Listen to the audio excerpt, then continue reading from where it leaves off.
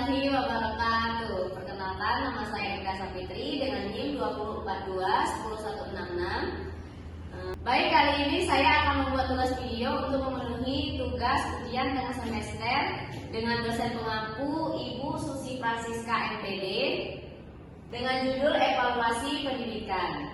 Baik, langsung saja ke penjelasan yang pertama. Pengertian evaluasi pendidikan menurut para ahli. Yang pertama ada menurut Suhasini Arikunto pada tahun 2009 berpendapat bahwa evaluasi pendidikan adalah proses pengumpulan data untuk menentukan sejauh mana tujuan pendidikan telah tercapai.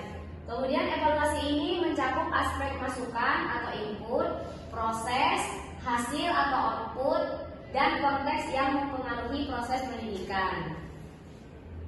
Oke, selanjutnya menurut Robert J. Mazzono tahun 2006 menyatakan bahwa evaluasi pendidikan harus menggunakan pendekatan holistik yang tidak hanya mengukur pemahaman konsep tetapi juga keterampilan berpikir peserta didik, keterampilan berpikir kritis, kreativitas, dan sikap positif terhadap belajar.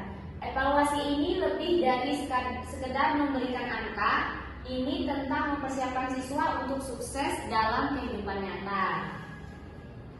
Oke, baik, dari pendapat dua para ahli tadi dapat kita simpulkan bahwa masing-masing definisi ini menekankan aspek yang berbeda dari evaluasi pendidikan.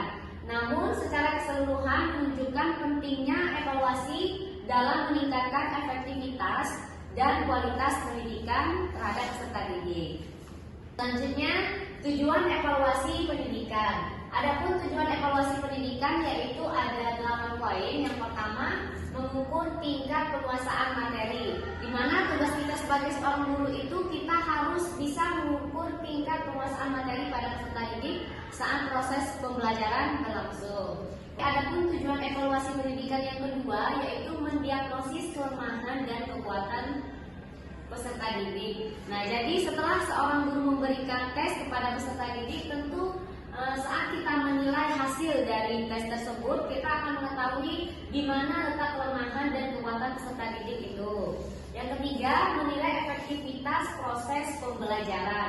Nah, sebagai seorang guru kita juga harus menciptakan efektivitas proses pembelajaran yang menarik dan kreativitas agar pembelajaran tersebut tidak monoton. Yang keempat, memberikan umpan balik. Dan yang kelima, mengevaluasi program dan kurikulum. Seperti yang kita ketahui bahwa sebelumnya kita menggunakan kurikulum KTSP, kemudian K13, dan sekarang mulai diterapkan adanya kurikulum Merdeka. Jadi kita seorang guru harus memahami pertukaran kurikulum tersebut agar proses pembelajaran tetap bisa dipahami oleh peserta didik. Kemudian yang keenam, menentukan kenaikan kelas dan kelulusan. Pada tahap ini tentu seorang guru ataupun instansi sekolah akan mengadakan ujian atau biasa disebut dengan ujian nasional atau UTBK. Yang ketujuh, membantu dalam pengambilan keputusan. Dan yang kedelapan, meningkatkan motivasi belajar siswa. Jenis-jenis asesmen ini terbagi menjadi 3. Yang pertama ada asesmen afektif, kemudian asesmen kognitif, dan asesmen psikomotorik. Yang pertama ada asesmen afektif.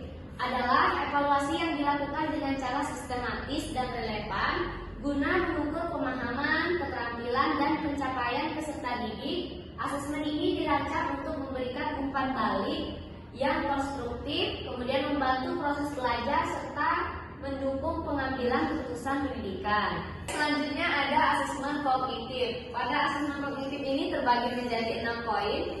Ada 6 capaian yang akan dicapai oleh peserta didik ataupun oleh guru itu sendiri. Yang pertama ada ingatan C1, kemudian ada pemahaman C2, yang ketiga penerapan C3, dan yang keempat ada evaluasi C4, kemudian sintesis C5, dan analisis C6. Kemudian selanjutnya ada asesmen psikomotorik. Dalam asesmen psikomotorik ini ada keterampilan gerak yang akan dinilai oleh seorang guru. Yang pertama ada gerak refleks, kemudian gerak dasar. Oke, baik. Yang selanjutnya ada asesmen psikomotorik. Dalam asesmen psikomotorik ini ada keterampilan gerak yang akan dinilai oleh seorang guru. Yang pertama ada gerak refleks, kemudian gerak dasar, yang ketiga ada gerak persepsi, yang keempat ada gerakan indah dan kreatif, kemudian gerakan terampil dan gerakan kemampuan fisik serta didik. Oke, baik, dalam evaluasi pendidikan ini terdapat beberapa asesmen, yaitu terbagi menjadi 3. Yang pertama ada asesmen kognitif, yang kedua ada asesmen afektif, dan yang ketiga ada asesmen psikomotorik. Nah, sekian materi dari saya. Apabila ada kata-kata saya yang salah, mohon dimaafkan, dan saya tutup dengan wassalamualaikum warahmatullahi wabarakatuh.